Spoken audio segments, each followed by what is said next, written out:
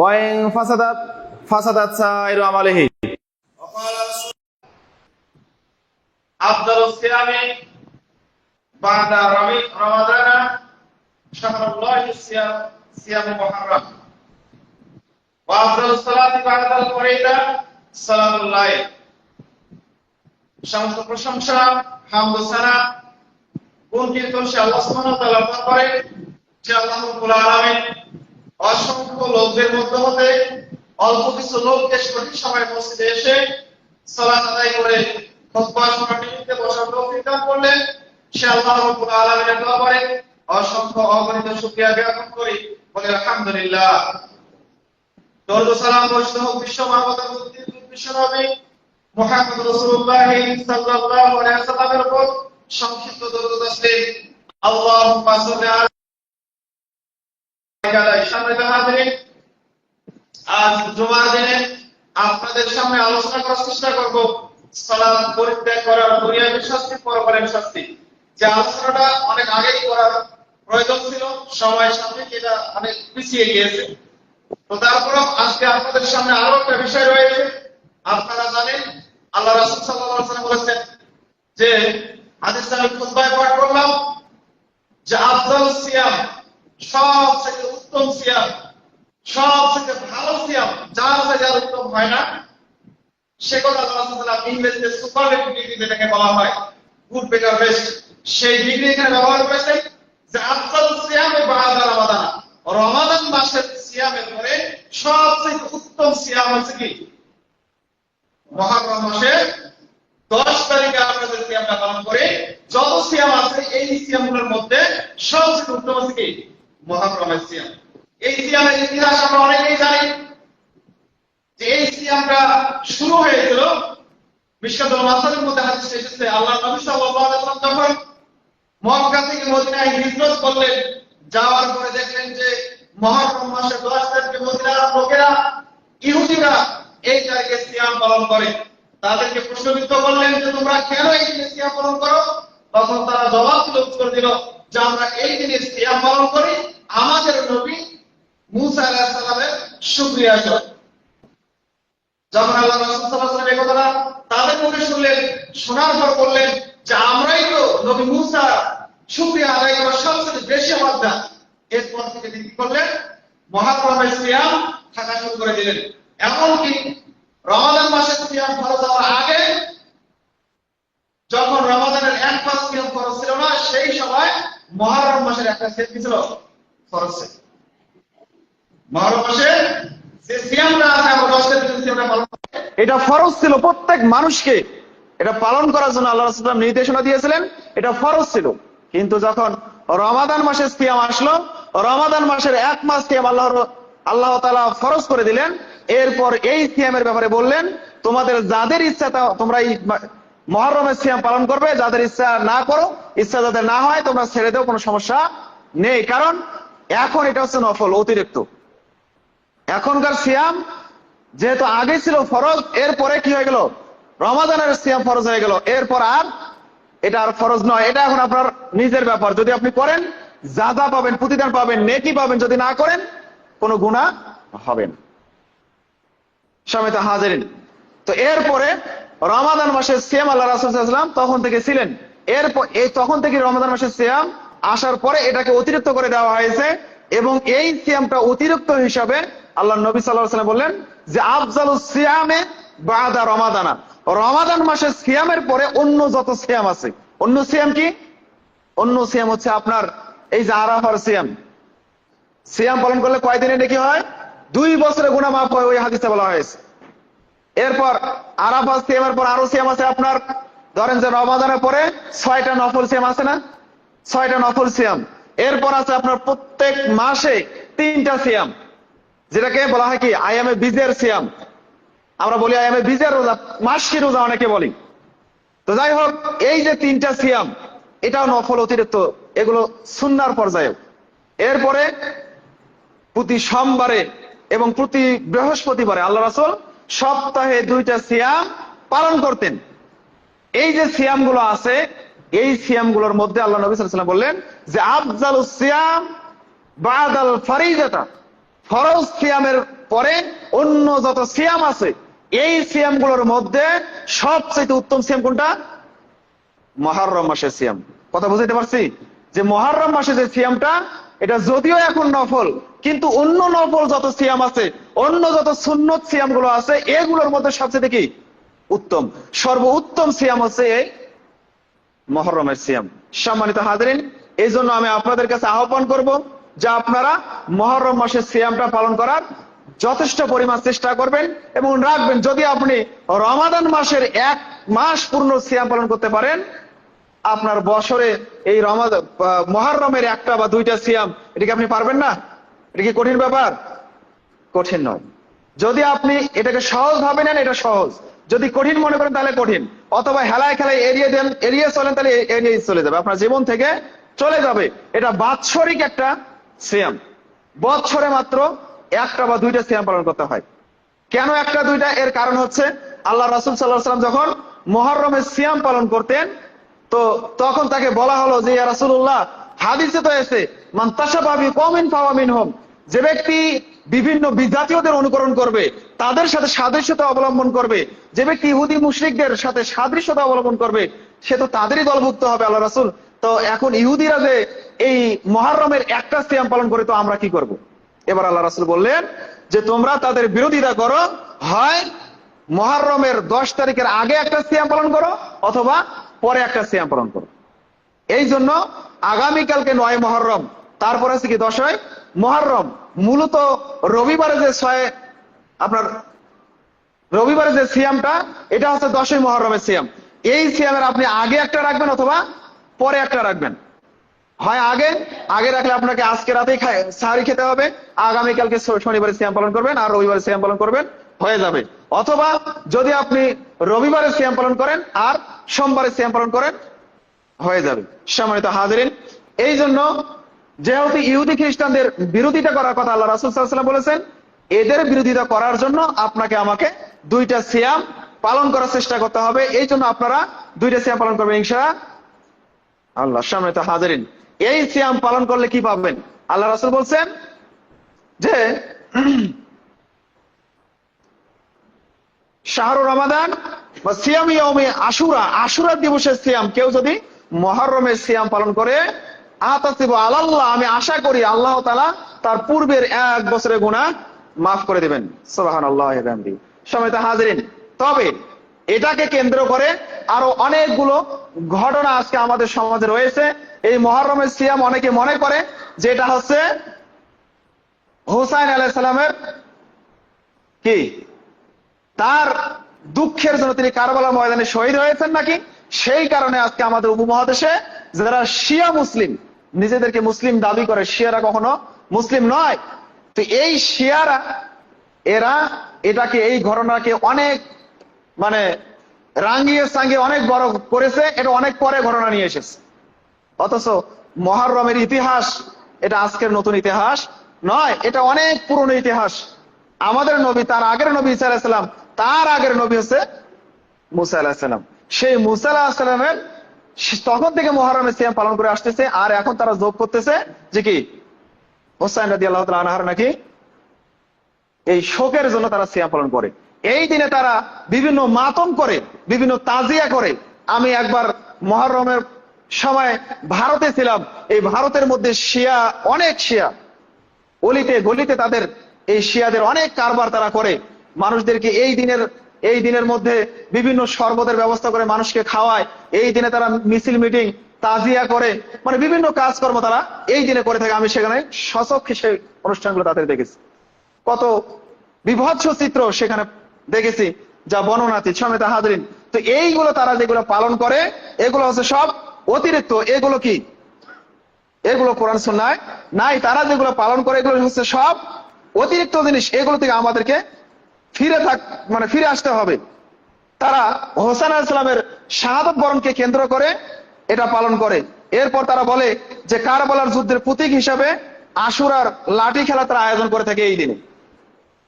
কারবালায় যে হোসেন রাদিয়াল্লাহু তাআলা যুদ্ধ করতে মারা গিয়েছে, এই জন্য তারা কি করে, যুদ্ধের একটা প্রতীকী চিত্র তারা কি করে, একটা লাঠি খেলার আয়োজন করে।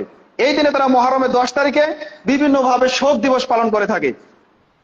তারা হোসেন রাদিয়াল্লাহু আনহু এর প্রতীকী কবর তৈরি করে এবং সুসজ্জিত করে, তাতে সম্মান করে, একটা কবর বানিয়ে সেটাকে ঘাড়ে করে নিয়ে রাস্তায় রাস্তায় মহড়া দেয়, ঘুরে বেড়ায়।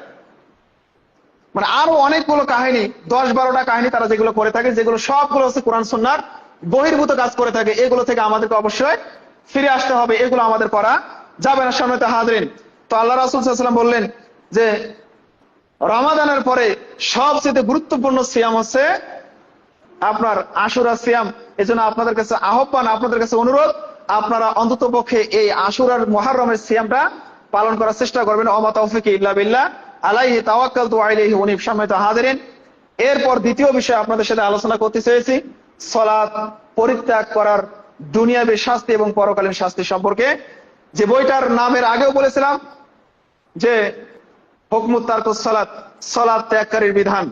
এই বইয়ের মধ্যে নামাজ না পড়লে সে ফাসেক নাকি কাফের, নামাজ না পড়লে তার দুনিয়াবী শাস্তি কি, নামাজ না পড়লে তার কি কি বিধান, মারা গেলে তার কি বিধান হবে, দুনিয়াতে থাকলে কি বিধান হবে, মানুষ কেন নামাজ পড়ে না, বিস্তারিত ভাবে বইটাতে লিখেছেন। তো এই বিষয়টা নিয়ে আজকে আপনাদের সামনে আলোচনা করতে চেয়েছি। আল্লাহ রাব্বুল আলামিন আপনাদের সামনে এই বিষয়টাকে নিয়ে আলোচনা করা তৌফিক দান করুক। ওয়া তৌফিক ইল্লা বিল্লাহ। এর আগে বলছিলাম আজকে আমাদের উপমহাদেশে বেনামাজের সংখ্যা বেশি হওয়ার প্রথম যে কারণটা বই উল্লেখ করেছেন যে মানুষ নামাজে কাকে বলে সেটাই জানে না। 2 নম্বর, নামাজের যে কতটুকু গুরুত্ব রয়েছে, নামাজের যে কতটুকু মর্যাদা রয়েছে, এটা আমরা অনেকে বুঝি না। এই কারণে আজকে আমাদের দেশে বেনামাজের সংখ্যা সবচেয়ে বেশি। 3 নম্বর হচ্ছে নামাজ আদায় করার লাভ ও উপকৃতা ভাবে যেভাবে উল্লেখ করা হয় যে নামাজ পড়লে জান্নাত হবে, নামাজ পড়লে এত নেকি হবে, এই যে কথাগুলো তারা বলে, কিন্তু সঠিক যে কোরআন হাদিসের যে কথাগুলো আছে এগুলো তারা মানুষের সামনে পেশ করে না, তারা বানিয়ে বানিয়ে কথা বলে। যেমন আপনারা শুনেছেন যে কেউ যদি 1 ওয়াক্ত সালাত ছেড়ে দেয় তাহলে সে 80 হব্বা দোজখ খাটবে, এরকম শুনেন নাই? এটা কি জাল হাদিস না কি সহিহ হাদিস, কোনটা কি হাদিস বলেন তো? এটা হচ্ছে জাল হাদিস। এটা আপনারা শুনেছেন অনেকে, অনেক তাবলিগ জামাতের ভাইরা মসজিদে বয়ান করেছে, সুন্দরভাবে তারা হাদিসটা পেশ করে, কিন্তু এই হাদিসের কোনো হদিস নাই, এই হাদিস কোন হাদিসের কিতাবে নেই, এটা বানানো হাদিস। তো বানানো হাদিস বলার দরকার আছে? আল্লাহ রাসূল যা তার মুখ থেকে যে কথাগুলো আছে এগুলোই তো বলা যথেষ্ট। এখন আপনি যদি বলেন যে কেউ যদি 1 ওয়াক্ত সালাত ছেড়ে দেয় 80 হব্বা দোজখ খাটবে, 80 হব্বা কতদিন? 288 কোটি বছর, এই যে তাদের হিসাবগুলো, তো মানুষ যদি এই হিসাব শোনে যে একদিন 1 ওয়াক্ত যদি সালাত ছাড়ি তাহলে যদি এত কোটি বছর দোজখ খাড়া লাগে, তা আমি ওর সাথে নামাজ না পড়ি এটাই ভালো আছে, এটা মানুষ ভাববে। এটা বানানো কথা। সম্মানিত হাজিরিন, তো এর বিপরীতে আল্লাহ রাসূলের কত শত হাদিস নেবেন যেগুলো নামাজ না পড়লে তার কত কঠিন শাস্তির কথা বলেছেন, নামাজ না পড়লে তার কি কঠিন কঠিন শাস্তির কথা, পরকালীন শাস্তির কথা বলেছেন। তার মধ্যে একটা হচ্ছে সূরা মুত্তাসিরে বলছেন যে একজন জান্নাতি জান্নাতে যাবে, একজন জাহান্নামী জাহান্নামে যাবে, যাওয়ার পরে তারা একজন আরেকজনের সাথে আলাপ আলোচনা করবে। জান্নাতে যে গিয়েছে সে বলবে, দোস্ত তুমি আজকে জাহান্নামে কেন? মা সালাকাকুম ফিস সাকার। সে উত্তর কি দিবে? ক্বালু লাম নাকু মিনাল মুসাল্লিন। দোস্ত আমি পৃথিবীতে নামাজই ছিলাম না, নামাজ পড়ে নেই, এই কারণে এই অপরাধে আমি জাহান্নামে আছি। এরপরে সূরা মারিয়ামের মধ্যে আল্লাহ তাআলা বলছেন যে যারা নামাজ পড়ে না এদেরকে গই নামক জাহান্নামের গর্তের মধ্যে ফেলে দেওয়া হবে, যে গর্ত থেকে স্বয়ং জাহান্নাম আল্লাহ তাআলার কাছে ফরিয়াদ করে, আল্লাহ তুমি আমাকে এই জায়গা থেকে রক্ষা করো, এই গর্ত থেকে হেফাজত করো আল্লাহ, এই গর্ত থেকে যেখান থেকে আগুন উত্তোলিত হয় এই জায়গায় থাকবে বেনামাজিরা। সম্মানিত হাজিরিন, তো এইরকম ভাবে অনেক কথা সেখানে বলা হয়েছে, এগুলো তারা না বলে বানিয়ে বানিয়ে কথা বলার চেষ্টা করে। সম্মানিত হাজিরিন, এরপর বেনামাজি বেশি হওয়ার আরো কথা বলেছেন যে নামাজ না পড়লে দুনিয়া মানে পরকালের কিছু শাস্তির কথা তারা উল্লেখ করলেও দুনিয়াতে তাদের কি কি শাস্তি আছে, কি কি ক্ষতি আছে, এগুলো কখনো কেউ আলোচনা ফুটিয়ে তোলে না, এই জন্য মানুষ বেনামাজি সবচেয়ে বেশি। এরপর বলেছেন মানুষ বেনামাজি বেশি হওয়ার আর একটা কারণ হচ্ছে যে সালাতের নিয়ম কানুনের মধ্যে হাদিস কোরআনে যা আছে এর চাইতে আরো অতিরিক্ত কিছু যোগ করা। যেমন নাওয়াইত ওয়ান যোগ করা। নাওয়াইত ওয়ান কয়েক পৃষ্ঠা বই দেখবেন যেগুলো ছোটি বই, নামাজ শিক্ষা বই, নাওয়াইত ওয়ানি 5-7 পৃষ্ঠা লিখে রেছে। ফজরে আলাদা, সুন্নতের আলাদা, জোহরে আলাদা, নফল আলাদা, ফরজ আলাদা, এগুলো দিয়ে কি করছেন অতিরিক্ত নিয়ম কানুন যোগ করে মানুষকে নামাজ থেকে কি করেছেন দূরে রেখেছেন। অথচ শুধু অন্তরে মনে মনে নিয়ত করলে যথেষ্ট হয়ে যেত। এটা না করে তারা নিয়ত বিভিন্ন ভাবে, এরকম শুধু নিয়ত নয় আরো অনেক কিছু তারা যোগ করেছে। এই কারণে মানুষ নামাজ থেকে অনেক দূরে রয়েছে, এই জন্য মানুষ নামাজ থেকে গাফেল রয়েছে। তো এইভাবে অনেকগুলো কথা সেখানে যোগ করা হয়েছে, নামাজ না পড়ার বিভিন্ন কারণ সমেত হাজিরিন। এরপর আছে আপনার নামাজ না পড়ার আরেকটা কারণ উল্লেখ করেছেন যে কাফারা। আজকে একজন মানুষ মারা গিয়েছেন, মারা যাওয়ার পরে আমরা কি করি? কাফারা করি। কি কাফারা? যে এই লোকটা বেঁচে ছিল 50 বছর, তার মধ্যে দেখা যায় তিনি কখনো নামাজ পড়েছেন কখনো পড়েন নাই, অথবা একেবারে পড়েন নাই। মারা যাওয়ার পর মোল্লা ইমাম সাহেব কি করে? যে তার কাফারা দিতে হবে। তিনি 40 বছর যাবত নামাজ পড়ে নাই, এই জন্য তাকে এত টাকা জরিমানা দিতে হবে। নাকি আছে না? আপনাদের এলাকায় আছে নাকি? এটা অনেক জায়গা আছে যে মারা যাওয়ার সময় ইমাম সাহেব এই কাফারার ব্যবস্থা করে। এই কাফারা মানে ধরার কারণে আজকে বেনামাজি বেশি। মারা গেলে যার টাকা পয়সা বেশি আছে, মারা গেলে কি টাকা দিলেই তো মাফ, নাকি? এটা কি শরীয়তের নিয়ম? এটা হচ্ছে মানুষের তৈরি করা বানানো নিয়ম। কোন জায়গায় আপনি এটা দেখাতে পারবেন। তো এইরকম ভাবে বেনামাজি আমাদের উপমহাদেশে দিন দিন বেড়েই চলছে, বাড়তেই আছে সমেত হাজিরিন। এই জন্য বেনামাজি কমানোর জন্য এই বইটা তিনি লিখেছেন যে মানুষের কাছে দিনের সঠিক বাণীগুলো কিভাবে প্রচার করা যায়। এই প্রচেষ্টায় এই বইটা তিনি লিখেছেন যে বেনামাজির দুনিয়াবী হুকুম, পরকালীন হুকুমটা কি সমেত হাজিরিন। তো প্রথম কথা হচ্ছে যে সেদিনও কিছু ইঙ্গিত দিয়েছিলাম যে বেনামাজি সে মুসলিম নয়, সে মুসলিম থেকে বের হয়ে যায়। এটা আল্লাহ রাসূল সাল্লাল্লাহু আলাইহি ওয়াসাল্লাম বলেছেন। সহিহ মুসলিমের 256 নম্বর হাদিস, সুনানুল কুবরা লিল বাইহাকির 6730 নম্বর হাদিস, সহিহ তারগিব ওয়া তারহিবের 563 নম্বর হাদিস। আল্লাহ রাসূল বলেছেন যে ইয়াকুলু বা ইন্না বাইনা রাজুলি ওয়া বাইনা শিরকি ওয়াল কুফরি তারকুস সালাহ। নিশ্চয়ই শিরক এবং কুফরির মধ্যে, শিরিক কুফর এবং মুমিন মুসলিমের মধ্যে পার্থক্য হচ্ছে সালাত। যে সালাত আদায় করবে সে মুমিন, যে সালাত আদায় করবে না সে হয় কাফের অথবা মুশরিক। কতগুলো হাদিস আপনি নেবেন। এরপর আল্লাহ রাসূল সাল্লাল্লাহু আলাইহি ওয়াসাল্লাম বলেছেন তিরমিজির 2621, নাসাই 463, ইবনে মাজাহ 1079, মুসনাদে আহমদ 22987, ইবনে খুজাইমা মুসতাদরাকে হাকিম মিশকাতুল মাসাবি 574। বিভিন্ন হাদিস গ্রন্থে হাদিস বলেছেন যে আহাদুল্লাযী বাইনানা ওয়া বাইনাহুমুস সালাত ফামান তারাকাহা ফাকাদ কাফারা। আল্লাহ রাসূল বলছেন যে আমাদের এবং কাফের মুশরিকের মধ্যে পার্থক্য হচ্ছে সালাত। মান তারাকা সালাত, যে সালাত ছেড়ে দেবে, ফাকাদ কাফারা, সে কুফরি করবে, সে কাফের হয়ে যাবে। এরপরে আল্লাহ রাসূল সাল্লাল্লাহু আলাইহি ওয়াসাল্লাম বলেছেন ইবনে হিব্বানের মধ্যে 1463 নম্বর হাদিস, সহিহ তারগিব ওয়া তারহিবের 568 নম্বর হাদিস। হাদিসটা বুরাইদা রাদিয়াল্লাহু আনহু থেকে বর্ণিত। তিনি বলেন আল্লাহ নবী সাল্লাল্লাহু আলাইহি ওয়াসাল্লাম বলেছেন সালাতে ফি ইয়াউমিল গায়মি, তোমরা বৃষ্টির দিনেও সালাতের প্রতি যত্নশীল হও, কেননা মান তারাকা সালাত ফাকাদ কাফারা, যে ইচ্ছাকৃতভাবে এক ওয়াক্ত সালাত ছেড়ে দেয় সে কুফরি করে। এরপরে হাদিস আল্লাহ রাসূল সাল্লাল্লাহু আলাইহি ওয়াসাল্লাম বলেছেন যে হাদিসটা সহিহ বুখারীর 391 নম্বর হাদিস, বাইহাকির 2287 নম্বর হাদিস, সিলসিলা সহিহার 3565 নম্বর হাদিস, মিশকাতে 13 নম্বর হাদিস। যে হাদিসটা বলছেন যে মান সাল্লা সালাতানা ওয়াস্তাকবালা কিবলাতানা, যে বলছেন যারা আমাদের মতো নামাজ পড়ে, আমাদের কিবলাকে কিবলা মনে করে, আমাদের কিবলা থেকে মুখ ফিরিয়ে সালাত আদায় করে, আমাদের জবাইকৃত পশুর গোশত খায়, সে এমন এক মুসলিম যার জন্য রয়েছে আল্লাহ তাআলার একটা পূর্ণ ওয়াদা, এবং সে আল্লাহ তাআলার জিম্মার মধ্যে থাকবে। তবে কেউ যদি এগুলো না করে, সালাত আদায় না করে, সে আল্লাহ তাআলার জিম্মা থেকে বের হয়ে যাবে, সে আমাদের মুসলিম হিসেবে নিরাপত্তা লাভ করতে পারবে না সম্মানিত হাজিরিন। এরপরে আল্লাহ রাসূল সাল্লাল্লাহু আলাইহি ওয়াসাল্লাম বলেছেন মুসনাদ আহমদ 22075, বাইহাকি 15174, মিশকাতুল মাসাবি 68 নম্বর হাদিস। এখানে বলেছেন ওয়ালা তাতরুকুন্না সালাতা মাকতুবা মুতাআম্মিদান ফাইন্না মান তারাকা সালাতা মুতাআম্মিদান ফাকাদ বারিয়াত মিনহু জিম্মাতুল্লাহ, যে তোমরা সালাতের প্রতি যত্নশীল হও, সালাত আদায় করো। রাসূল সাল্লাল্লাহু আলাইহি ওয়াসাল্লাম বলেছেন তুমি কখনো ইচ্ছাকৃতভাবে সালাত ছেড়ে দিবে না।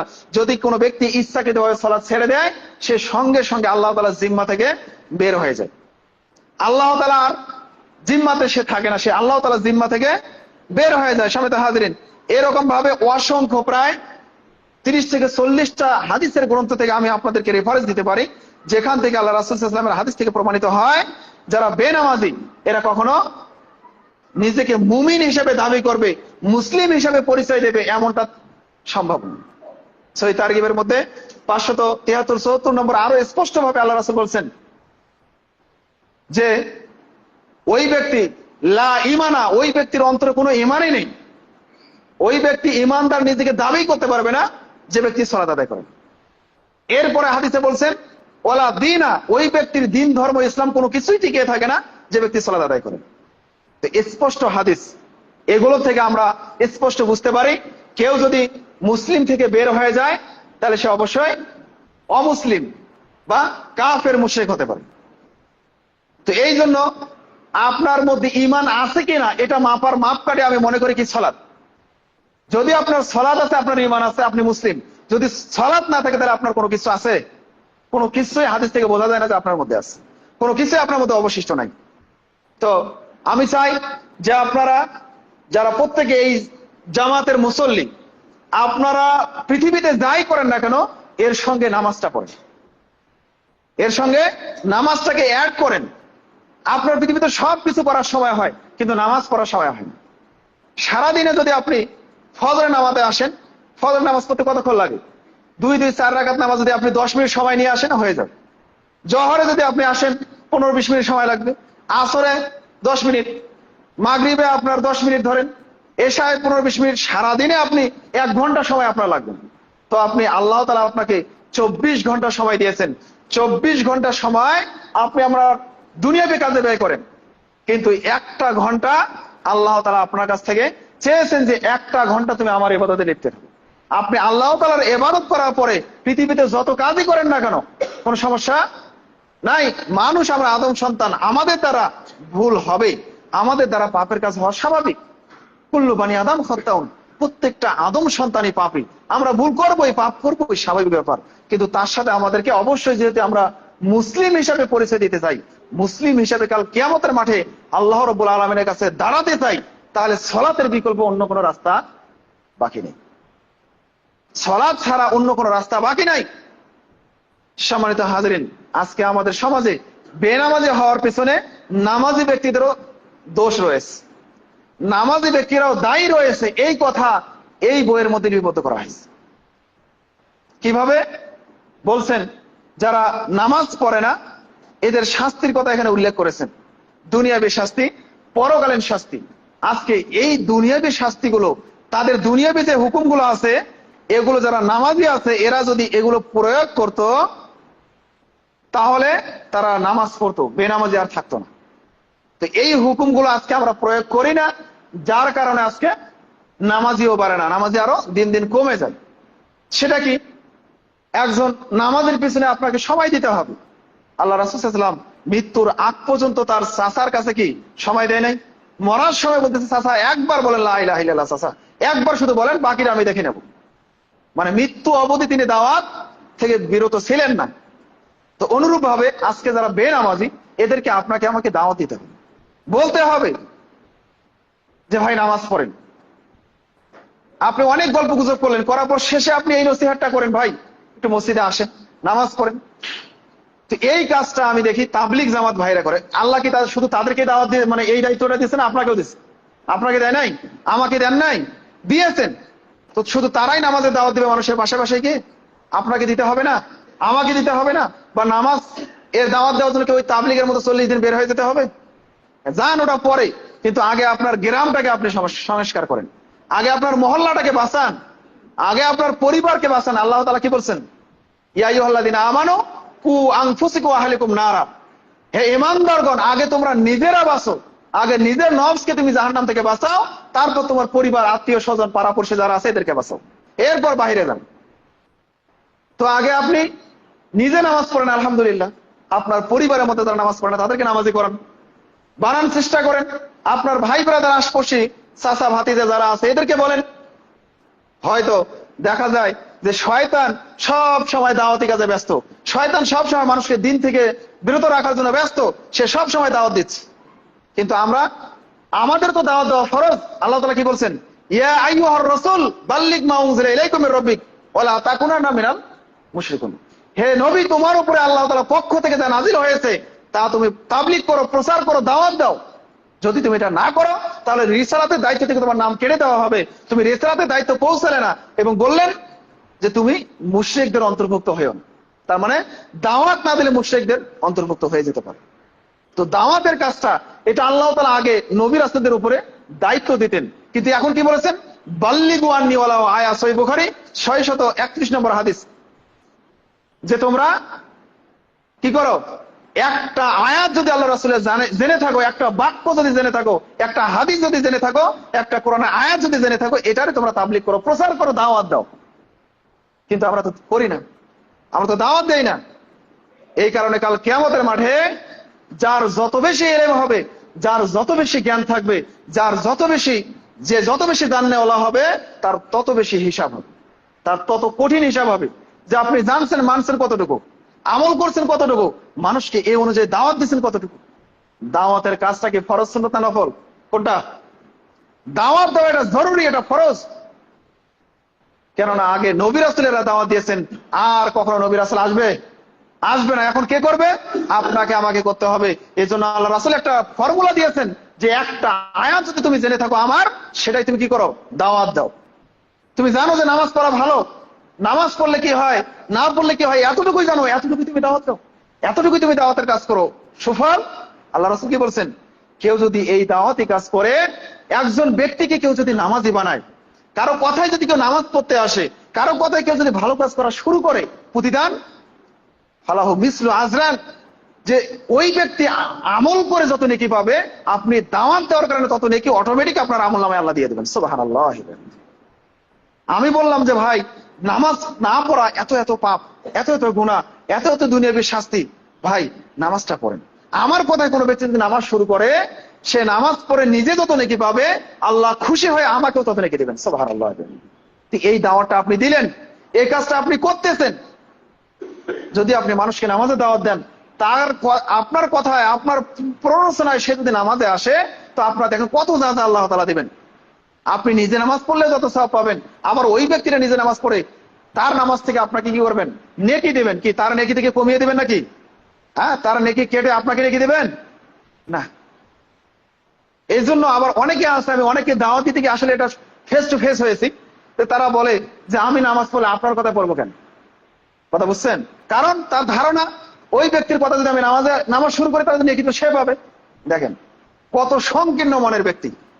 অনেকে আমাকে মানে প্রশ্নবিদ্ধ করছে, আমি নামাজ পড়তে, আপনার কথা আমি নামাজ পড়তে যাবো, আমার যখন মনে হবে আমি তখন যাবো। সম্মানিত হাজিরিন, তো আপনি দাওয়াতি কাজ করবেন, আপনার কথায় যে নামাজ পড়া শুরু করবে বা ভালো আমল করা শুরু করবে, তাকে যত নেকি দিবেন, আল্লাহ তাআলার ভান্ডারে কি কমতি আছে নাকি? পৃথিবীর সমস্ত মানুষ যদি জান্নাতে চলে যায়, তারপর আল্লাহর কি জান্নাতে জায়গা কম হবে নাকি? কোশ্চিনকালেও কম হবে।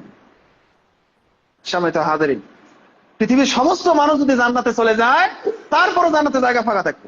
পৃথিবীর সমস্ত মানুষ জাহান্নামে যদি চলে যায়, তারপরে জাহান্নামে জায়গা ফাঁকা থাকবে। সম্মানিত হাজিরিন, তো আপনি আমল করবেন, আপনি নেকি পাবেন। হয়তোবা আপনি শয়তানের প্ররোচনায়, শয়তানের দাওয়াতি কাজের কারণে ভালো কাজ থেকে দূরে আছেন, কিন্তু আমি যখন আপনাকে দাওয়াত দেবো, আমার প্ররোচনা যদি আপনি ভালো কাজে যুক্ত হন, এর পারিশ্রমিক হিসেবে আল্লাহ তাআলা আমাকে নেকি দিবেন। তো এটাতে আপনার তো মানে মন খারাপ করার কোনো কিছু নাই। আর এটা আপনারা করবেন ইনশাআল্লাহ। যদি দাওয়াতি কাজ করেন, তাহলে আল্লাহ রাব্বুল আলামিন আপনাকে যাজা দেবেন। আর যদি এই দাওয়াতি কাজ না করেন, তাহলে বরং আপনি যে নেকিগুলো করছেন, এগুলো সহ আপনার নষ্ট হয়ে যাবে। কেননা ওই যে দোতলা জাহাজের মতো, 2 তলা জাহাজই ধসে পড়বে। আল্লাহ তাআলা যদি এই গ্রামে 10টা মানুষ খারাপ মানুষ থাকে, সুদখোর থাকে, 10টা মানুষ যদি বেঈমান থাকে, এদেরকে যদি কি করেন, এদেরকে যদি আযাব দেয়, তো এই গ্রামটা যদি তাদের উদ্দেশ্যে আযাব নাজিল করে, শুধু তারাই ধ্বংস হবে না, ভালো মানুষরা ধ্বংস হবে? ভালোরাও ধ্বংস হবে না, ভালোরাও ক্ষতিগ্রস্ত হবে। কারণ ওই ভালো ব্যক্তিরা হয়তো বা তাকে দাওয়াত দেয় নাই, ওই ভালো ব্যক্তিরা তাদেরকে হয়তো বা ভালোটা বুঝায় নাই। সম্মানিত হাজিরিন, সুদের যে কত স্তর রয়েছে, সুদের পাপের 70-এরও অধিক গুনাহ রয়েছে, শাস্তি রয়েছে। সর্বনিম্ন শাস্তি কি? নিজের মায়ের সাথে জেনা করা, নাউজুবিল্লাহ। নিজের মায়ের সাথে নোংরামি করা, এটা হচ্ছে সুদের সর্বনিম্ন পাপ। এর চাইতে আর নিচে কোনো পাপ নাই। এরপর সর্বোচ্চ পাপ, সবচেয়ে বড় পাপ কি? আল্লাহ এবং আল্লাহ রাসূলের সাথে যুদ্ধ ঘোষণা করা। মানে আল্লাহকে ঘোষণা করতেছে যে আল্লাহ, আমি তোমার সাথে যুদ্ধ করব। নাউজুবিল্লাহ মিন যালিক। কি একবার বললেন না? বলেন নাউজুবিল্লাহ বলেন। এই সুদখোর আছে নাকি আপনাদের গ্রামে? অনেক জায়গায়, বিভিন্ন জায়গায় এগুলো কিন্তু আছে। তারা হয়তো বা জানে না এটা কত বড় পাপ, এটা কত বড় অন্যায়, কত বড় জঘন্য পাপ। সম্মানিত হাজারিন, তো যাই হোক, তো দাওয়াত মানুষকে দিতে হবে। আপনি নিজে আমল করেন, আরেকজনকে আমল করানোর চেষ্টা করতে হবে। এরপর আমি আপনাদের সামনে যেটা বলতে চাচ্ছি, যে ব্যক্তি নামাজ পড়ে না, বেনামাজি ব্যক্তি কখনো মুসলিমের অভিভাবক, ওলি দায়িত্ব নিতে পারে না, মুসলিমের অভিভাবক হতে পারে না। এ সম্পর্কে এসেছে যে লা ওয়ালিয়াতা লিল কাফিরিন আলাল মুসলিম, কোন কাফের ব্যক্তি, কোন বেনামাজি ব্যক্তি, কোন নামাজি বা মুসলিম ব্যক্তির ওলি হতে পারে না, অভিভাবক হতে পারে না। বুঝলেন না মনে হয় বিষয়টা? বিষয়টা হচ্ছে এরকম যে আপনি আপনার সন্তানকে, একটা মেয়ে আছে আপনার, আপনি বিয়ে দেবেন, আপনার মেয়েটা নামাজি, দিনদার, পরহেজগার, কিন্তু আপনি পিতা বেনামাজ। আপনি পিতা কি? বেনামাজি, নামাজ পড়েন না। তো আপনি হচ্ছেন বেনামাজি, যদি কাফের হয় তাহলে সে ওই মেয়ের বিবাহ দিতে পারবে না। দেখেন আল্লাহ রাসূলের হাদিস বলছেন, লা নিকাহা ইল্লা বি ওয়ালিয়িন মুরশিদিন, মানে ভালো ওলি ছাড়া তার বিবাহ বৈধ নয়, বিবাহ বাতিল হয়ে যাবে। লা নিকাহা ইল্লা বি ওয়ালিয়িন মুরশিদিন, সঠিক ওলি ছাড়া, অভিভাবক ছাড়া তার বিবাহ বাতিল। মানে আপনার মেয়ে নামাজে আর আপনি বেনামাজি, এই জন্য আপনার মেয়ের বিবাহ আপনি দিতে পারবেন না, এটা শরীয়তে নিষেধ। হাদিসটা এসেছে বাইহাকি 14021, মুসনাদে শাফি 1093 নম্বর হাদিস, যে লা নিকাহা ইল্লা বি ওয়ালিয়্যিন মুরশিদিন, ওলি ছাড়া বিবাহ বাতিল, ওলি ছাড়া বিবাহ জায়েজ নয়। আর ওলি হতে পারবে না বেনামাজি ব্যক্তি, ওলি হতে পারবে না কাফের ব্যক্তি, ওলি হতে পারবে না মুশরিক ব্যক্তি। ওলি হবে কে? নামাজি, দিনদার, মুসলিম ব্যক্তি, এরা হবে ওলি, এরা হবে অভিভাবক। আজকে যদি সমাজে এটা বাস্তবায়ন থাকতো, অন্তত কি, অন্তত ওই মানুষটা নিজেকে লজ্জাবোধ করতো, এটা কেমন কথা, আমার নিজের মেয়ের বিবাহ আমি দিতে পারতেছি না। তাহলে হুজুর বিবাহ কে দেবে? বিবাহ ওই মেয়ের যদি ভাই নামাজে হয় ভাই দেবে, যদি চাচা নামাজে হয় চাচা দেবে, যে মুসলিম হবে তার পরিবারের পক্ষ থেকে সে দিবে, বাবা দিতে পারবে না। কারণ অপরাধ একটাই, সে বেনামাজি, সে কাফের, সে নিজের মেয়ের ওলি হতে পারবে না, অভিভাবক হতে পারবে না। সম্মানিত হাজিরিন, এরপর 2 নম্বর বিধান এই বইয়ের মধ্যে উল্লেখ করেছেন, বেনামাজি ব্যক্তি মুসলিম ব্যক্তির থেকে কোনো উত্তরাধিকার সূত্রে কোনো কিছু লাভ করতে পারবে না। বিষয়টা বুঝতে পারলেন কিনা? যে পিতা যদি নামাজি হয়, সন্তান যদি বেনামাজি হয়, পিতা যদি নামাজি, দিনদার, পরহেজগার, আর সন্তান বেনামাজি বা কাফের, বা আপনারা এটা জানেন যে একজন হিন্দু যদি ইসলাম গ্রহণ করে, এরপর কি হয়, তার সে কাফের, তার পিতামাতার কাছ থেকে আর কোনো কিছু উত্তরাধিকার সূত্রে লাভ করতে পারবে না, বরখাস্ত হয়ে যায়। তো অনুরূপ ভাবে কোন মুসলিমের সন্তান যদি ইসলাম থেকে খারিজ হয়ে যায়, বের হয়ে যায়, অমুসলিম হয়ে যায়, কাফের হয়ে যায়, মুশরিক হয়ে যায়, সেও আর মানে মুসলিম পিতার উত্তরাধিকার সূত্রে কোনো কিছু লাভ করতে পারবে না। এটা হচ্ছে ইসলামী বিধান। এই সম্পর্কে আল্লাহ রাসূল সাল্লাল্লাহু আলাইহি ওয়াসাল্লাম বলেছেন, আন উসামা ইবনে যায়েদ রাদিয়াল্লাহু তাআলা আনহু আন নবী সাল্লাল্লাহু আলাইহি ওয়াসাল্লাম ক্বালা লা ইয়ারসুল মুসলিমু আলাল কাফির ওয়ালা ইয়ারিসুল কাফিরু আলাল মুসলিম, কোন মুসলিম কাফেরের উত্তরাধিকার হতে পারে না, কোন কাফের মুসলিমের উত্তরাধিকার হতে পারে না। স্পষ্ট হাদিস আপনার রয়েছে সহিহ বুখারীর 6764 নম্বর হাদিস, মুসলিমের 4225 নম্বর হাদিস, মুসনাদ আহমদের 2121747 নম্বর হাদিস। কয়েকটা হাদিস গ্রন্থে হাদিসটা মওজুদ রয়েছে, কিন্তু বাস্তবায়ন আজকে আমাদের সমাজে নেই। আজকে ওই বেনামাজি সন্তান যদি জানতো যে আমি মুসলিম থেকে বের হওয়ার কারণে, আমি নামাজ না পড়ার কারণে, আমি বেনামাজি হওয়ার কারণে আমার পিতার থেকে আমি কোনো সম্পত্তি পাবো না, আমার পিতার 10 বিঘা সম্পত্তি আছে, এটা আমি হকদার নই ইসলামের নিয়ম অনুযায়ী, তাহলে এটার জন্য অন্তত পক্ষে কি সে নামাজ শুরু করতো না? তো বেনামাজি না হওয়ার পেছনে আপনি গার্জিয়ান, আপনিও দায়ী। আপনি নামাজি হলেও আপনিও দায়ী। সম্মানিত হাজিরিন, আজকে সম্পদ পাওয়ার, উত্তরাধিকার সূত্রে কিছু পাওয়ার লোভে হলেও সে কি করতো? নামাজ পড়তো। আজকে আপনাদের গ্রামেও আমি একটা নজির শুনেছি যে একজন লোক মারা যাওয়ার সময় বলেছিল যে আমার যে ভাগের সম্পত্তি এগুলো মাদ্রাসায় দান করে দাও। এরকম আছে নাকি একজন ব্যক্তি? তো এইরকম ভাবে আপনাকেও করতে হবে। আপনার সন্তান যদি আপনার কথা না শোনে, যদি বেনামাজি হয়, আপনার কথা না শোনে, নিজ ইচ্ছা মতো চলে, আপনিও বলবেন আমি মারা যাওয়ার পর আমার সম্পত্তি সব মাদ্রাসায় দিবেন, মসজিদে দিবেন, আমার সম্পত্তি আমার ওই কাফের সন্তানকে আমি দেবো না। যে বেনামাজি সন্তান যে আমার কথা শোনে না, যে নামাজ পড়ে না, আমি তাকে দেবো না। এটা যদি আপনি করতেন, এই কথাটা ঘোষণা দিলে আপনার সন্তান বেনামাজি থাকতো না।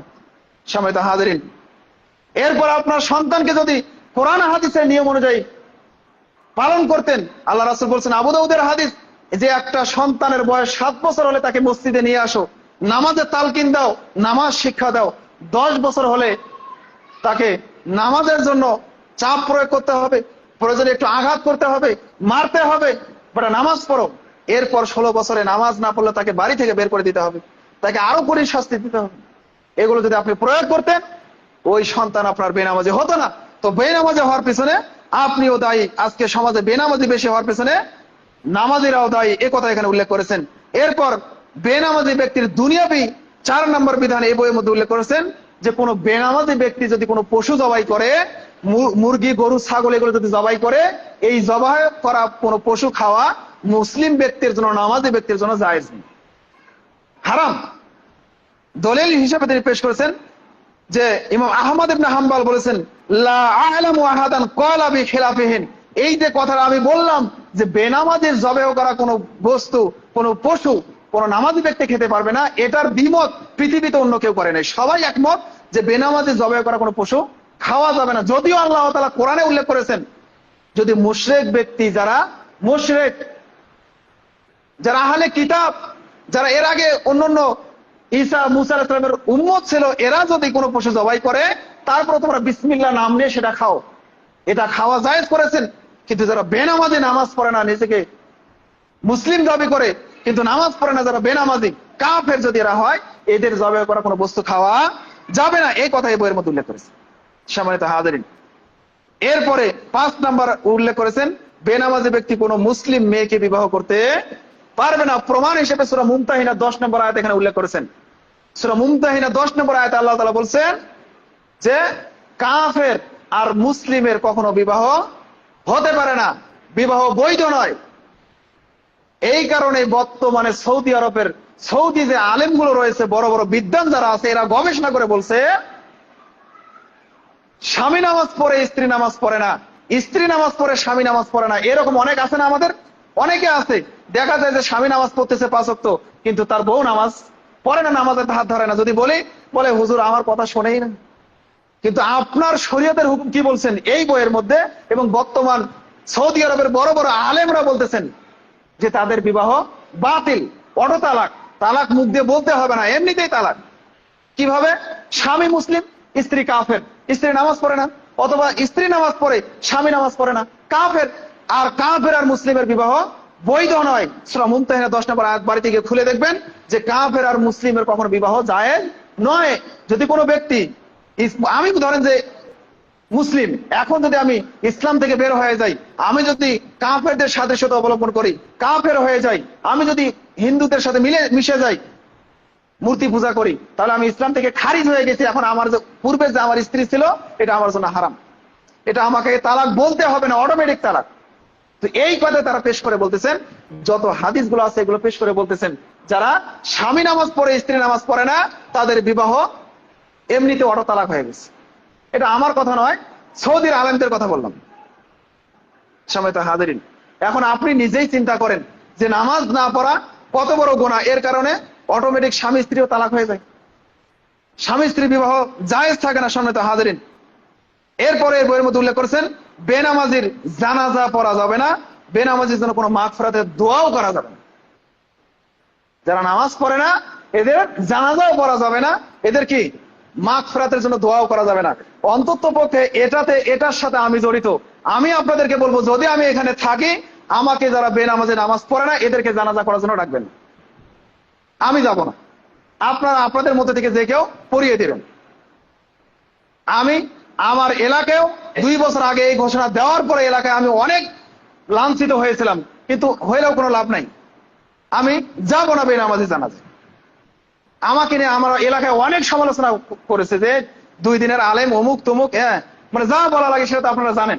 এগুলো বলেছে তো বলতে পারে, স্বাভাবিক ব্যাপার। আমি এখানেও ঘোষণা দিলাম, যারা বেনামাজি আছে, নামাজ পড়ে না, তারা মারা গেলে আমাকে জানাজা করার জন্য ডাকবেন। আপনাদের মধ্যে থেকে যে কেউ একজন পড়িয়ে তাকে মাটি দিবেন, সেটা আপনাদের ব্যাপার।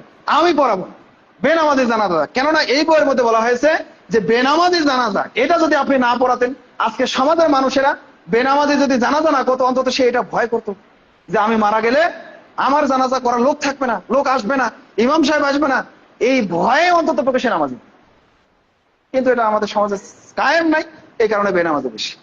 কেন আপনি জানেন না, রাসূল সাল্লাল্লাহু আলাইহি ওয়াসাল্লাম অনেক জানাজা গিয়ে ঘুরে এসেছেন, কতগুলো হাদিস গিয়েছেন, দেখছেন যে ওই ব্যক্তির ঋণ আছে, নামাজ পড়েছে কিন্তু ঋণ আছে, তার জানাজা তিনি পড়ান নাই, ঘুরে এসেছেন। কি থাকার কারণে? ঋণ থাকার কারণে। ঋণটা এত বড় গোনা, কেউ যদি ঋণের দায়িত্ব নিত তাহলে আল্লাহ রাসূল সাল্লাল্লাহু আলাইহি ওয়াসাল্লাম তার জানাজা নামাজ পড়িয়ে দিত। এভাবে কাফেরের জন্য আল্লাহ রাসূল সাল্লাল্লাহু আলাইহি ওয়াসাল্লাম দোয়া করতেন, কিন্তু আল্লাহ তাআলা বলছে তুমি 100 বার 70 বার যদি দোয়া করো, কোনো দোয়া কাজে লাগবে?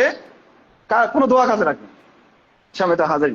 তো এই জন্য আজকে যদি বেনামাজি যারা আছে এদের জন্য দোয়া, মানে জানাজা পড়াও জায়েজ নাই, এদের জন্য দোয়া করাও জায়েজ নেই। এটা যদি কায়েম থাকতো আজকে সমাজের মধ্যে মানুষ নামাজি বেশি হতো। এটা হচ্ছে তার দুনিয়াবি একটা বিধান। আরো অনেকগুলো বিষয় আছে, যেহেতু সময় শেষের দিকে আর আলোচনা দীর্ঘায়িত করছি না। তো বেনামাজি আরো একটা কারণ আছে, আরো একটা কাজ করতে পারেন যারা বেনামাজি। অনেক সময় একটা এলাকার জন্য কবরস্থান নির্ধারণ করা থাকে না, একটা কবরস্থান নির্ধারণ করা থাকে, ওখানে 2 ভাগ করে দিবেন, মাঝ দিয়ে প্রাচীর দিবেন যে এই পাশে বেনামাজিরা থাকবে, এই পাশে নামাজিরা থাকবে, ভাগ করে দিবেন। অন্তত এই ভয়টা তার অন্তরে কাজ করবে যে আমি মারা গেলে কি হবে, ওই বেনামাজের সাথে আমাকে দাফন করবে। এগুলো অনেক কৌশল আছে, এগুলো কৌশল যদি আমরা প্রয়োগ করতে পারি, আজকে আমরা আমাদের এই গ্রামটাকে একটা সুন্দর গ্রাম হিসাবে, মডেল হিসাবে আমরা দাঁড় করাতে পারবো। তো এর জন্য অবশ্যই আপনাদের প্রত্যেকের সহযোগিতা দরকার রয়েছে। আপনাদেরকে আহ্বান করব যে আপনারা নিজেরা ভাবুন, চিন্তা করুন, এই নামাজটা এটা কি কোনো মানুষের আইন, এটা কি কোনো সরকারের আইন, এটা কি আপনার মসজিদের ইমাম সাহেবের নির্দেশনা যেটা আপনারা নামাজ পড়তে হবে, এটা কি তার কথা না কার কথা? আল্লাহ তাআলার কথা। আকিমুস সালাত, সালাত প্রতিষ্ঠা করো, সালাত কায়েম করো, এটা আল্লাহ তাআলার কথা। এটাকে আপনি গুরুত্ব সহকারে দেখেন, ভাবেন। আপনি কি মনে করেন যে সালাত আপনার সময় নষ্ট করে?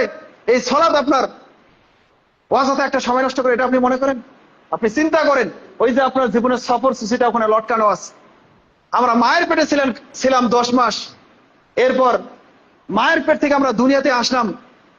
আসার পর দুনিয়ার আমরা প্রথমে ছিলাম বাল্য, আমাদের 1 থেকে 16 বছর আমরা শিশু ছিলাম, কিছুই বুঝতাম না, কি করবো না করবো কিছুই জানতাম না। এরপরে 16 থেকে 40 বছর বয়সে এখানে যৌবনের একটা সময় দিয়েছেন আল্লাহ তাআলা। আর আল্লাহ তাআলা বলছেন যে আল্লাহ তাআলা এই পুরো জীবনের মধ্যে যৌবনকালে যুবক বয়সে যারা ইবাদত করে, এই ইবাদতটা আল্লাহ তাআলা সবচেয়ে বেশি পছন্দ করে। আরশের নিচে 7 শ্রেণীর ব্যক্তিকে ছায়া দিবেন কাল কিয়ামতের মাঠে, যে সময় আরশের ছায়া ছাড়া আর অন্য কোনো ছায়া থাকবে না। এই সময়ের মধ্যে 7 শ্রেণীর ব্যক্তিকে আরশের ছায়া দিবেন। তার মধ্যে 1 শ্রেণীকে শাবুন, এমন যুবক যে তার যৌবন কালটাকে ইবাদতে কাটিয়েছে, আল্লাহ সুবহানাহু ওয়া তাআলার ইবাদত করেছে, এদেরকে আল্লাহ তাআলা আরশের নিচে ছায়া দিবেন। তো এই যৌবন কালটাই আমরা কি করি? সবচেয়ে বেশি অবহেলা করি, সবচেয়ে বেশি গুনাহের কাজে লিপ্ত থাকি, সবচেয়ে বেশি ক্ষমতা দেখাই, দাপট দেখাই। এই কাজগুলো আমরা সব এই 16 থেকে 40 বছর বয়সে করি।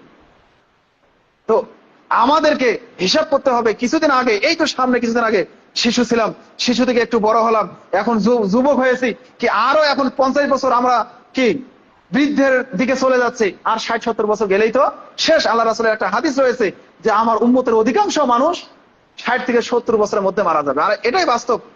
আপনি 80 জন ব্যক্তি দেখেন 60 বছর হয় না, তার আগেই মারা যায়।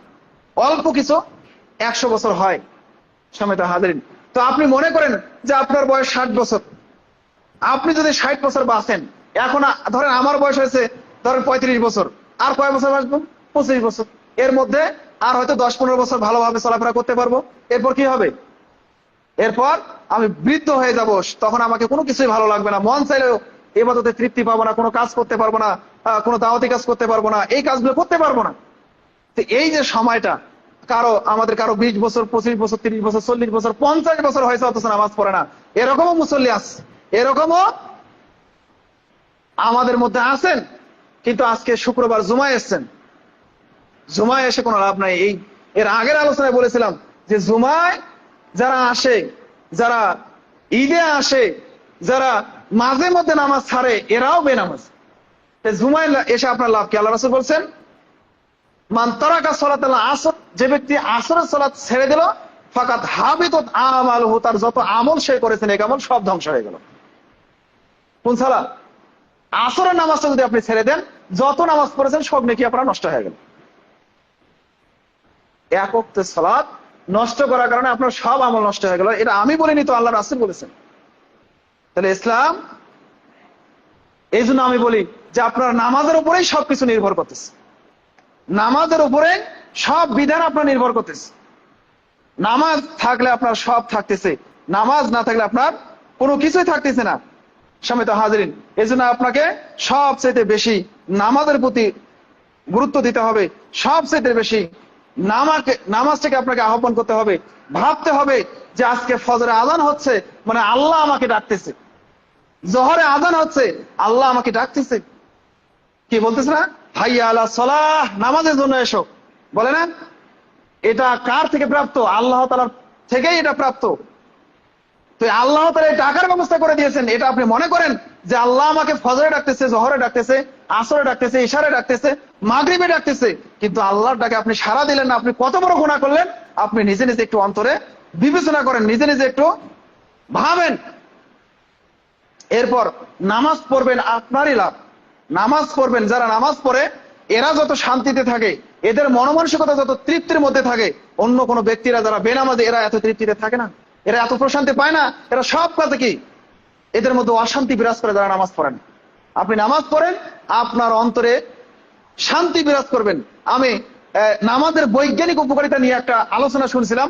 সে আলোচনায় তারা বলতেছেন যে যখন আমরা সেজদা করি, নামাজের মধ্যে সবচেয়ে গুরুত্বপূর্ণ পয়েন্ট হচ্ছে সেজদা। এই সেজদাতে সবচেয়ে বেশি সময় দিতে হবে। এই সেজদাতে সবচেয়ে বেশি সময় দিতে হবে, রুকুতে সময় দিতে হবে। তো বলতেছেন যখন আমরা সেজদায় যাই, যাওয়ার পর আমরা মাটির সাথে আমাদের কপালটা যখন ঠেকাই, তখন আমাদের মধ্যে, শরীরের মধ্যে যে অতিরিক্ত চাপ থাকে, টেনশন থাকে, ডিপ্রেশন থাকে, এই চাপটা মাটির সাথে কপাল লাগার সাথে সাথে শরীরটাকে হালকা করে দেয়। সুবহানাল্লাহ। উদাহরণ তিনি দিলেন যে এই যে কারেন্টের মিটারের সাথে একটা তার মাটির পোতা থাকে কেন? কারেন্টটাকে নিয়ন্ত্রণ করার জন্য। তো অনুরূপ ভাবে আমরা যখন সেজদা দেই মাটিতে, তখন আমাদের ওই রকম একটা ডিপ্রেশন আমাদের দূর হয়ে যায়, এদের মধ্যে শান্তি বিরাজ করে। এই জন্য আমি কথাটা বললাম। সম্মানিত হাজিরিন, তো এইভাবে তিনি রুকুর কি বৈজ্ঞানিক উপকার, রুকু করলে কি ব্যায়াম হয়, এই বিস্তারিত বিষয় তিনি অনেকগুলো আলোচনা করেছেন। আপনারা নেটে সার্চ দেবেন, পাবেন। তো যাই হোক, এভাবে নামাজ পড়লে আপনি প্রশান্তি পাবেন। নামাজ পড়লে আপনার অন্তরের মধ্যে প্রশান্তি আসবে। সম্মানিত হাজিরিন, আজকে ভাবেন আপনাদের মধ্যে অনেকেই কবরে শুয়ে আছে। আজকে তারা কত আফসোস করতেছে, যারা বেনামাজি কবরে শুয়ে আছে, ভাবতেছে আল্লাহ যদি আমাকে একবার সময়টা দেয়, আল্লাহ আমি পৃথিবীতে যাই আর কোনোদিন নামাজ ছাড়বো না, আর কোনো কিছু, আর কোনোদিন এক ওয়াক্ত ছাড়া তো আমি কাজা করবো না, আল্লাহ আমাকে আরেকবার সুযোগ দেন। হবে? মানুষ মরার সময়ও এই কথা বলে, আল্লাহ আরেকটু সময় দেন, আমি পৃথিবীতে এবার ভালো এমন কাজ করব, আমার টাকা পয়সা সব কিছু দান করে দেবো, আল্লাহ আমি খেলে তোমার ইবাদতে করব। কিন্তু কোনো আপত্তি করে কোনো লাভ হয় না। তো আপনার এই সুযোগটা এখনো আছে, এখন আপনার মৃত্যু আসে নাই। আসার আগ পর্যন্ত যদি আপনি আল্লাহ তাআলার কাছে ইস্তেগফার করেন, আল্লাহ তাআলার কাছে তওবা করেন, তাহলে আপনি ইনশাআল্লাহ কি হবেন? সাকসেস হতে পারবেন। অন্তত পরকালে যতগুলো যা নিয়ামতের কথা বলা হয়েছে মুসলিমদের জন্য, এগুলো আপনি পাবেন। সম্মানিত হাজিরিন, আরো অনেকগুলো আলোচনা ছিল, আলোচনা আর দীর্ঘায়িত করছি না। সর্বোপরি আপনাদের কাছে আরো আহ্বান যে আপনারা নামাজ পড়বেন, কেননা নামাজের পাপ সম্পর্কে স্পষ্ট অনেকগুলো আপনারা দুনিয়াবী আলোচনা শুনেছেন। নামাজ পড়লে আপনারা শুনেছেন যে নামাজ পড়লে মানুষ বেগুনাহগার হয়ে যায়, গুনাহ শরীর থেকে ঝরে যায়। মিশকাতুল মাসাবির হাদিস 578 নম্বর হাদিস, যে কারো বাড়ির সামনে লাওয়ানা নাহারা বিবাদি আহাদিকুম, কারো বাড়ির সামনে যদি একটা পুকুর থাকে, একটা পুকুরে যদি কেউ 5 বার গোসল করে, তার শরীরে যেমন কোনো ময়লা থাকতে পারে না, আল্লাহ রাসূল বলছেন কেউ যদি দৈনিক 5 ওয়াক্ত সালাত আদায় করে, তার শরীরে কোনো গুনাহ থাকতে পারে না। কি সুবহানাল্লাহ বলেন না? তাহলে যারা নামাজ পড়ে না, যারা নামাজ পড়ে, এদের মধ্যে পার্থক্য আপনি নিজেই দেখেন। হাদিসটা ভাবেন, বলে যে নামাজ না পড়লে হবে কি, আমার ঈমান পাক্কা আছে, আমার ঈমান মজবুত আছে। আর ঈমানটা কি? সালাতটাই তো ঈমান, সালাতটাই তো ঈমান। এটা পড়লে না ঈমান তোমার বোঝা যাবে না। আর ঈমান কিভাবে তুমি ঈমানদার, এ তো প্রমাণই নাই। সম্মানিত হাজিরিন, তো আল্লাহ রাসূল বললেন এভাবে অনেক ফজিলতের কথা যেগুলো আপনারা শুনেছেন। নামাজ পড়লে কেউ যদি আল্লাহ রাসূল সুন্দর করে উযু করে 2 রাকাত নামাজ পড়ে, ওই নামাজ যদি আল্লাহ কবুল করে, আল্লাহ তার উপর সন্তুষ্ট হয়ে যায়, রাজি হয়ে যায়, আল্লাহ তখন তাকে সে যা চায় তাকে তাই প্রদান করে। তো নামাজের অনেকগুলো ফজিলতের আলোচনা শুনেছেন। আজকে ব্যতিক্রম ধর্মে আপনাদেরকে আলোচনা শোনালাম, সেটা হচ্ছে নামাজ না পড়লে দুনিয়াবী শাস্তি, পরকালীন তো অনেক শাস্তি আছেই। সম্মানিত হাজিরিন, সূরা নুনুল কলামের 42 এবং 43 নম্বর আয়াতে আল্লাহ তাআলা বলছেন যে অনশাকু, কাল কিয়ামতের মাঠে আল্লাহ রাব্বুল আলামিন তার পায়ের, আল্লাহ তাআলার পায়ের নলা বের করে দিবেন, দিয়ে বেনামাজিকে বলবেন তুমি সেজদা দাও, যদি একটা সেজদা দিতে পারো তোমাকে আমি জান্নাতে দিয়ে দেবো, কোনো সমস্যা নেই, তোমার সবকিছু মাফ। কিন্তু ওই ব্যক্তি যদি পৃথিবীতে 5 ওয়াক্ত নামাজের হেফাজত করে থাকে তাহলে সে একটা সেজদা দিতে পারবে। আর যদি নামাজ পৃথিবীতে 5 ওয়াক্ত না পড়ে থাকে, তার মানে পিঠটা এমন সোজা হবে, রডের মতো সোজা, তার সেজদা দেওয়ার ক্ষমতা থাকবে না। সম্মানিত হাজিরিন, ওই সময়টা আল্লাহ তাআলা আপনাকে এই কাজগুলো বাধ্য করে দেবেন, কিন্তু আপনাকে এখন বাধ্য করে নেই। এখন আল্লাহ তাআলা বলছেন সূরা মুলকের মধ্যে, তাবারাকাল্লাযী বিয়াদিহিল মুলক আল্লাযী খলাকাল হায়াতা ওয়াল মাউতা লিয়াবলুয়াকুম আইয়ুকুম আহসানু আমালা। আমি তোমাদেরকে হায়াতে, জীবন এবং মৃত্যু দিয়েছি, এর মধ্যে স্বাধীনতা দিয়েছি পরীক্ষা করার জন্য, কে পরীক্ষায় উত্তম হতে পারো, কে স্বইচ্ছায় আমার ইবাদত করতে পারো, কে স্বইচ্ছায় আমার নামাজ পড়তে পারো, এগুলো আমি পরীক্ষা করার জন্য তোমাদেরকে পৃথিবীতে পাঠিয়েছি। আল্লাহ তাআলা যদি বাধ্য করতো তাহলে আপনারা, আমি, আপনি প্রত্যেকে নামাজ পড়তে বাধ্য হতাম কি হতাম না? অবশ্যই হতাম। আল্লাহ তাআলা বলছেন যে সাব্বিহিসমা রাব্বিকাল আলা, আসমান জমিনতে যত কিছু আছে সবকিছু আল্লাহ তাআলা তাসবিহ করে, আল্লাহ তাআলা জিকির করে, আল্লাহ তাআলা ইবাদতে সর্বদাই লিপ্ত থাকে। ইল্লা জিন আর ইনসান, মানুষ আর ইনসান ছাড়া, এদেরকে, এই দুইটা প্রাণীকে আল্লাহ তাআলা কি করেছেন? স্বাধীনতা দিয়েছেন পরীক্ষা করার জন্য। আর ফেরেশতারা এরা সর্বদাই আল্লাহ তাআলার একটা কথার, সৃষ্টির থেকে শুরু করে এখন পর্যন্ত তারা আল্লাহ তাআলার একটা চুল পরিমাণ কথা এদিক ওদিক করেনি। আল্লাহ তাআলা যাই আদেশ করেছেন তারা তাই পালন করেছেন। কিন্তু আল্লাহ তাআলা আপনাকে আমাকে সৃষ্টি করেছেন এর উদ্দেশ্য কি? যে তারা আমাকে না দেখে আমার ইবাদত করবে, আমি তাদেরকে স্বাধীনতা দেব পাপ কাজ করারও ভালো কাজ করারও। তারা যেটা করবে সেটা অনুযায়ী আমি তাদেরকে জান্নাত দেব অথবা জাহান্নাম দেব। এই জন্য প্রত্যেকটা মানুষের জন্য জান্নাতেও জায়গা তৈরি করা হয়েছে, জাহান্নামেও জায়গা তৈরি করা হয়েছে। যদি সে জান্নাতে যায় তাকে দেখানো হবে এই যে তোমার জাহান্নামের জায়গা, যদি সে জাহান্নামে যায় তাকে দেখানো হবে এই যে তোমার জান্নাতের জায়গা, কিন্তু তুমি এটা অর্জন করতে পারোনি। সম্মানিত হাজিরিন, যাই হোক, আলোচনা দীর্ঘায়িত করতেছে না। আল্লাহ রাব্বুল আলামিন যে আলোচনা করলাম, এই আলোচনার উপর আমাকে আমল করা তৌফিক দান করুক, আমাকে মানার তৌফিক দান করুক, এরপর যারা শ্রবণ করলেন তাদেরকে আমল করা তৌফিক দান করুক, আল্লাহুম্মা আমিন। হয়তোবা আমি আপনাদের সামনে সুন্দরভাবে আলোচনা করতে পারি না, কেননা গত জুমায় একজন আমাকে বললেন যে হুজুর আপনি কেমন খুতবা দেন। তা বললাম যে কেমন খুতবা দেই, তা কেমন দিতে হবে? বলতেছে আপনি নবীর কাহিনী ধরবেন, একটা জীবনী ধরবেন, শেষ করে দেবেন। তার মানে আমি তো ওই ধরনের আলোচক নই, ওই ধরনের আলোচনা আমার অভ্যাস নাই, আমি ওই ধরনের কেসা কাহিনী বলতে পারি না। তো যাই হোক, হয়তো বা আপনাদের এরকম মনোমানসিকতা হতে পারে যে হুজুর আসে গল্প করে খালি, বক্তব্য কই, বক্তব্য তো কিছু দেয় নাকি, তাই নাকি? তো যাই হোক, আমাকে ক্ষমা সুন্দর দৃষ্টিতে দেখবেন, আমি তেমন সুর দিয়ে কণ্ঠস্বরে বক্তব্য দিতে পারি না, যেভাবে আলোচনা করতেছি এভাবেই করে থাকি। আপনারা ক্ষমা সুন্দর দৃষ্টিতে দেখবেন, যদি আমার আলোচনায় কোনো ভুল ত্রুটি হয় আপনারা মাফ করবেন, ক্ষমা সুন্দর দৃষ্টিতে দেখবেন। এই আহ্বান রেখে আজকে জুমা খুতবা এখানে শেষ করতেছি। আল্লাহ রাব্বুল আলামিন ইতিপূর্বে আমাদের যে গুনাহ খাতাগুলো আছে এগুলো মাফ করে দিন, আল্লাহুম্মা আমিন। ইয়া রাব্বুল আলামিন, আজকে থেকে ইতিপূর্বে যারা আমরা বেনামাজি ছিলাম, আমরা আজকে থেকে ইতিপূর্বে যারা বিভিন্ন পাপের কাছে করছিলাম, আল্লাহ আমরা এই খুতবার সময়, যে সময় দোয়া কবুল হয়, এই সময় তোমার দরবারে ইস্তেগফার পাঠ করতেছি। সকলে বলেন আস্তাগফিরুল্লাহ ওয়া আতুবু ইলাইহি, আস্তাগফিরুল্লাহ ওয়া আতুবু ইলাইহি, আস্তাগফিরুল্লাহ ওয়া আতুবু ইলাইহি। আল্লাহ ইতিপূর্বে আমরা যত গুনাহ করেছি, আল্লাহ তোমার কাছে আজকে জুমার সময় ইস্তেগফার পাঠ করতেছি, আল্লাহ তুমি আমাদের পূর্বের যাবতীয় গুনাহগুলো মাফ করে দেন, আল্লাহুম্মা আমিন।